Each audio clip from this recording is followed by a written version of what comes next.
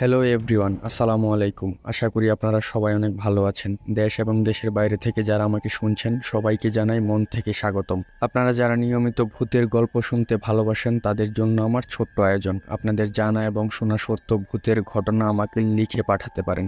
ঘটনা লিখে darktales360@gmail.com এই ঠিকানায় পাঠিয়ে দিন, অথবা ভিডিও ডেসক্রিপশনে আমার ফেসবুক প্রোফাইলের লিঙ্ক দেওয়া আছে, সেখান থেকেও মেসেজের মাধ্যমে ঘটনা লিখে বা রেকর্ড করে পাঠাতে পারেন। আপনাদের সাথে আছি আমি মিঠু, আর আপনারা শুনছেন ডার্ক টেলস অন্ধকার গল্প। আজকে আমি আপনাদেরকে ভূতের সাথে মানুষের প্রেমের একটি অদ্ভুত সত্য ঘটনা শোনাতে চলেছি। আশা করি ঘটনাটি আপনাদের কাছে অনেক ভালো লাগবে। ঘটনাটি যিনি লিখেছেন উনি ওনার নাম প্রকাশ করেননি। ঘটনাটি উনি যেভাবে লিখেছেন আমি আপনাদেরকে ঠিক সেইভাবেই পড়ে শোনাচ্ছি। একটা বয়সের পর, বিশেষত যৌবনে পা রাখার পরই সবার ইচ্ছে হয় একটু প্রেমের স্বাদ নেওয়ার। সবাই চায় একজন সঙ্গী খুঁজতে, কিন্তু যত ঝামেলা এখানেই। আমি যার পেছনে ঘুরছি সে আমাকে কোনো পাত্তাই দেয় না। সে ঘোরে অন্য কোনো বখাটে ছেলের পেছনে, আর 2 দিন পর বিচ্ছেদ হলেই একে অপরের বদনাম ছড়িয়ে বেড়ানো। এই তো বর্তমান দিনের প্রেম। খুব কম ভাগ্যবানই আছেন যাদের প্রেম পরিপূর্ণতা পায়, আবার কিছু প্রেম মাঝপথেই ছাড়াছাড়ি হয়ে যায়। আজকের ঘটনাটি প্রেমের না, এটি সাধারণ প্রেমের ঘটনা নয়। এটি হলো মানুষের সাথে এক আত্মার প্রেম। এই ঘটনাটি আমাদের পাড়ার ছেলে সৌরভের মুখে শোনা। সৌরভ উচ্চ মাধ্যমিকে জেলার মধ্যে প্রথম স্থান অধিকার করার পর সৌরভের বাবা সৌরভকে রাজ্যের সবথেকে বিখ্যাত কলেজে ভর্তি করিয়ে দেন। যেমন বড় কলেজ তেমনি বড় হোস্টেল। কলেজটির আরেকটি বিশেষত্ব হলো এটি একদম নির্জন, চারদিকে প্রকৃতি ঘেরা। সবুজের কোলে এই বিখ্যাত কলেজটির অবস্থান। কলেজের ক্লাসের পর টিউশনি পড়ে প্রায় সন্ধ্যা নাগাদ সে হোস্টেলে নিজের রুমে পৌঁছাতো। এরপর কিছুক্ষণ বিশ্রাম নিয়ে ক্লান্ত চোখেই সে তার গিটার টেনে নেয়। টেপ রেকর্ডারে বাজতে থাকা গানের তালে সুর করে কিছুক্ষণ গান করে। এই ছিল তার প্রতিদিনের রুটিন। এরকমই একদিন সে তার প্রিয় গিটারের তারে হাত দিয়েছে। তার হঠাৎই মনে হলো তার রুমের দরজায় কেউ যেন আর চোখে তাকে দেখছে। যেহেতু তার ঘরে খাবার আসবে তাই সে দরজা খোলাই রাখে। সে গান বন্ধ করে সেদিকে গেল, কিন্তু সেখানে তো কিছুই নেই, শুধু একটি ছাগল পাতা খাচ্ছে। সে ভাবল এই ছাগলটিকে হয়তো সে দেখেছিল। ফিরে এসে আবার সে টেপ রেকর্ডারের তালে তাল মিলায়, কিন্তু সেরকমভাবে সে আর মনোযোগী হতে পারল না, কারণ তার চোখ বারবার সেই দরজার দিকেই যাচ্ছিল। তার যতদূর মনে পড়ছে সে একজন মানুষের চেহারা দেখেছিল। লম্বা চুল ছিল হয়তো, কারণ দরজার ওপারে থাকা ব্যক্তি সরে যেতেই চুলের মতো কিছু সরে যেতে দেখেছিল সে। পরের দিনও সৌরভ হোস্টেলে ফিরে গিটার বাজাচ্ছে, কিন্তু ধ্যান সবসময় দরজার দিকে। কাল কেউ তো সেখানে নিশ্চয়ই ছিল, আজ সে একটু বেশি ধ্যান দিচ্ছে দরজার দিকে। কিছুক্ষণ পর তার মনে হলো ঠিক আজকেও কেউ তাকে দেখছে। সে মাথা তুলতেই সেই মূর্তি সরে গেল। সৌরভ দৌড়ে দরজার কাছে গেল, কিন্তু সেখানে কেউই নেই। এবার সে নিশ্চিত যে কেউ তাকে ফলো করছে, আর যে দেখছে সে ছেলে নয় বরং মেয়ে, কারণ সরে যেতেই তার চুলের দোলানি সৌরভ দেখেছিল। সৌরভ অনেকটা আতঙ্কিত হয়ে যায়। এই জঙ্গলে ঘেরা হোস্টেলের মাঝে একজন মেয়ে করছেটা কি, তাও আবার আরেকজনের রুমের দরজায় আড়ি পেতে। সে বারান্দায় গিয়ে চারপাশটা ভালোভাবে দেখতে লাগলো। না, কেউই তো নেই। ঘরের ভেতরে ঢুকতেই তার মনে হলো জলপাই গাছটার পাশে কে যেন লুকিয়ে আছে, আর মাঝে মধ্যেই তাকে দেখছে। ঘরে না ঢুকে সে ভয়ে ভয়ে এগুতে যেতেই দেখল গাছের পাশে তারই বয়সী এক মেয়ে লুকিয়ে আছে। সৌরভকে সেই মেয়েটার নাম ধরে ডাকছে। আশ্চর্য, নাম জানলো কোথা থেকে?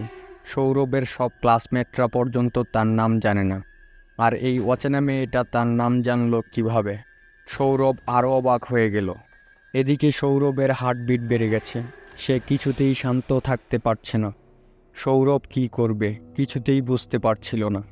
সৌরভ মাথা তুলতেই আরও অবাক হয়ে যায়। মেয়েটা চোখের পলকেই জলপাই গাছ থেকে প্রায় অনেক দূরে পাকুর গাছের নিচে চলে গেছে। সে অনেকটা নেশাগ্রস্তের মতো হয়ে যায়। তার মাথা ঠিক মতো কাজ করছিল না। সে হঠাৎ করেই সেই মেয়েটির কাছে ছুটে যেতে চায়। মেয়েটাকে ধরতে চায়, কিন্তু সৌরভ কিছুতেই তা করতে পারছিল না। কারণ মেয়েটা এক মুহূর্তেই কিভাবে এক জায়গা থেকে অন্যত্র চলে যাচ্ছিল সে কিছুই বুঝছিল না। মৌমাছি যেমন ফুলের ঘ্রাণ পেলে ছুটে চলে পাগলের মতো, সৌরভের অবস্থাও অনেকটা সেই রকম হয়ে গেছে। এবার সৌরভ গান করতে শুরু করে দিল, আর সে যেন কাউকে সাথে নিয়ে নাচছে। তারই পাশের রুমে থাকে সুমন। সে খাবার আসতে দেরি হচ্ছে দেখে বাইরে আসে। বাইরে এসেই জঙ্গলের মধ্যে সৌরভের এমন ভাবভঙ্গি দেখে সে অবাক হয়ে যায়। সে কিছুতেই নিজেকে বিশ্বাস করাতে পারছিল না। আরে সৌরভ এভাবে নাচছে কেন? যেন মনে হচ্ছে সে একজনকে ধরে আছে। সে হোস্টেলের অন্যান্য ছাত্রদেরকেও ডাকে। সবাই অবাক হয়ে দেখছিল। নাচের মাঝে মধ্যে কিছুক্ষণের জন্য যেন আকাশেই বেশি নাচছে সৌরভ। তারা সবাই দ্রুত সৌরভের কাছে যায়, কিন্তু বন্ধুদের দিকে সৌরভের যেন কোনো ভ্রুক্ষেপ নেই। সে গান করেই যাচ্ছে আর চোখ বন্ধ করে নেচেই যাচ্ছে। বন্ধুদের ডাকেও সে সাড়া দিচ্ছে না। কেউই কিছু বুঝছিল না যে কি ঘটে চলেছে। ছাত্রদের মধ্যে একজন কবিরাজের ছেলেও ছিল। সে জঙ্গল থেকে কি এক পাতা নিয়ে আসলো, তারপর পাতা বেটে তার সঙ্গে কিছুটা জল মিশিয়ে সৌরভের দিকে ছুঁড়ে দিতেই সে মাটিতে পড়ে গেল। কিছুক্ষণ পর সৌরভের জ্ঞান ফিরে আসতেই আমার কনক চাপা কোথায় বলে চিল্লাতে শুরু করে দিল সৌরভ। কিসের কনক চাপা? কে কনক চাপা? আমার কনক চাপাকে লাগবেই, তাকে ছাড়া আমি বাঁচব না। আমাকে কনক চাপাকে এনে দাও। সেই কবিরাজের পুত্র আবার কিছু পাতার রস সৌরভের শরীরে ছিটিয়ে দেওয়ার পরেই সৌরভ বেহুশ হয়ে গেল। কিছুক্ষণ পর তার জ্ঞান ফিরতেই সে বলল, এ কি, আমি বিছানা ছেড়ে এখানে কেন? আর তোমরা আমাকে ঘিরে রেখেছ কেন? আমি মাটিতে শুয়ে আছি কেন? সবাই যেন স্বস্তির নিঃশ্বাস ফেলল। ছাত্ররা সৌরভকে জানায় তার মাথা ঘুরে গিয়েছিল, তাই পড়ে গিয়েছিল। এরপর সবাই হোস্টেলে ফিরে যায়। সেদিন আর কেউই নিজের রুমে গেল না। সবাই কবিরাজের ছেলের রুমে গেল। সৌরভ না যেতে চাইলেও তাকে জোর করে নিয়ে গেল। কিছুক্ষণ পর রাধুনী খাবার দিতে আসলো। সবাই তাকে পুরো ঘটনাটি জানালো। এরপর রাধুনী বলতে শুরু করলো, এই ঘটনাটি আজ থেকে প্রায় 10 বছর আগের। এই বনের মধ্যেই পিকনিক করতে এসেছিল 5 বন্ধু, সাথে 2 জন মেয়েও ছিল। এই 2 জন মেয়ের একজনের নাম ছিল কনক চাপা। শোনা যায় যে পিকনিকে এসে তারা বেশ মজা করছিল। খাওয়া দাওয়ার পর 4 বন্ধু কনক চাপাকে গাড়িতে বসিয়ে রেখেই কাছে ঘুরতে আসার নাম করে অন্যত্র চলে যায় এবং কয়েক ঘন্টা পর ফিরে আসে। প্রায় কয়েক ঘন্টা নির্জন এই জঙ্গলে একাই বসেছিল কনক চাপা। ভয়ে সে কাঠ হয়ে গিয়েছিল। আবার নেটওয়ার্ক না থাকায় বন্ধুদেরও সে ফোন করতে পারছিল না। কয়েক ঘন্টা পর বন্ধুরা ফিরে আসতেই কনক চাপার সাথে তাদের ঝগড়া লেগে যায়, কারণ তারা কয়েক মিনিটে ফিরে আসার কথা বলে কয়েক ঘন্টা কাটিয়ে দেয়। আর নির্জন এই জঙ্গলে সে একাই বসে আছে। এরপর ঝগড়া অনেকটা বেড়ে যায়।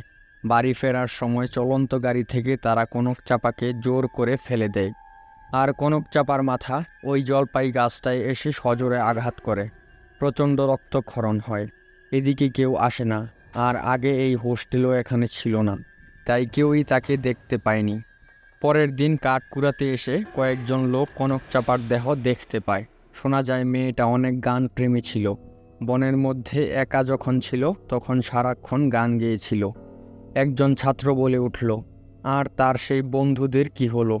তারা পুলিশের কাছে ধরা পড়ল, কারণ কনক চাপা তাদের কাছেই গিয়েছিল। একটু চাপাচাপি করতেই তারা আসল সত্য পুলিশকে জানিয়ে দেয়। এখন তারা জেলেই আছে। শোনা যায় সেই কনক চাপার আত্মা আজও এই জলপাই গাছের আশেপাশে ঘুরে বেড়ায়। তোমরা যেন সেদিকে যাওয়ার সাহস করো না বাপু, আর দরজা জানালা সবসময় বন্ধ রেখো, কারণ তোমরা ছেলে মানুষ, কখন কি করে বসো বলা তো যায় না। এই বলে রাধুনী ঘর ছেড়ে চলে গেলেন। আজকের ভৌতিক ঘটনা আপনাদের কাছে কেমন লেগেছে তা অবশ্যই কমেন্টস বক্সে কমেন্টস করে জানান। ভালো লাগলে একটি লাইক দিয়ে শেয়ার করুন আপনার প্রিয়জনদের সাথে। প্রত্যেক শনিবার, মঙ্গলবার ও বৃহস্পতিবার বাংলাদেশ সময় রাত 9টায় নতুন নতুন ভৌতিক ঘটনা নিয়ে হাজির হই আপনাদের সামনে। মিস করতে না চাইলে চ্যানেলটি সাবস্ক্রাইব করে বেল আইকনটি বাজিয়ে দিন। আর ততক্ষণ পর্যন্ত ভালো থাকুন। ধন্যবাদ। আসসালামু আলাইকুম।